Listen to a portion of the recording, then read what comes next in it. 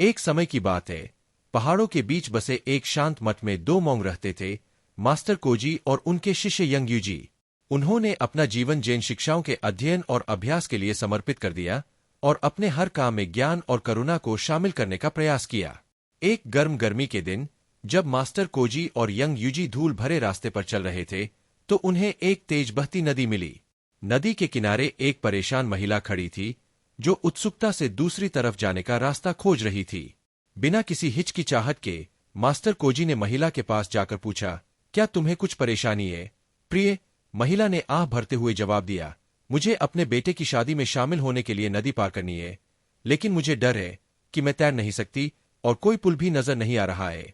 बिना एक शब्द कहे मास्टर कोजी ने धीरे से महिला को अपनी पीठ पर उठा लिया और नदी पार करते हुए उसे सुरक्षित रूप से दूसरी ओर ले गए।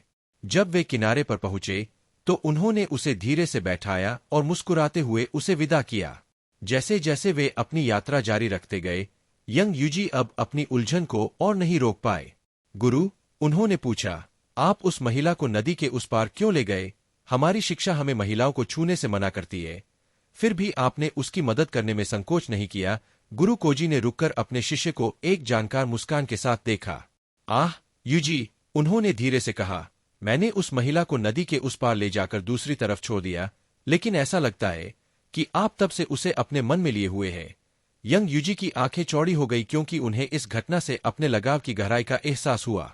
उस क्षण उसे अपने गुरु द्वारा सिखाया गया गहन पाठ समझ में आया, जीवन में बोझिल विचारों और आसक्तियों को छोड़ देने का महत्व, जो हमें बोझिल बनाते हैं। जैसे जैसे वे अपनी यात्रा जारी रखते गए, यंग यूजी ने उस पाठ पर विचार किया और यह कैसे उनके अपने जीवन पर लागू होता है। उसे एहसास हुआ कि जिस तरह महिला को नदी के पार ले जाया गया था, उसी तरह वह पिछली गलतियों, भविष्य की चिंताओं और दूसरों के प्रति दुर्भावनाओं का बोझ उठा रहा था। नई स्पष्टता के साथ यंग यूजी ने प्रत्येक क्षण को पूरी तरह से जीने और अनावश्यक बोझ को छोड़ देने का संकल्प लिया। वर्तमान क्षण को ध्यान और करुणा के साथ अपनाया। उस दिन से उन्होंने अपने गुरु की शिक्षाओं के ज्ञान से निर्देशित होकर हल्के दिल और खुले दिमाग के साथ जीवन की चुनौतियों का सामना किया।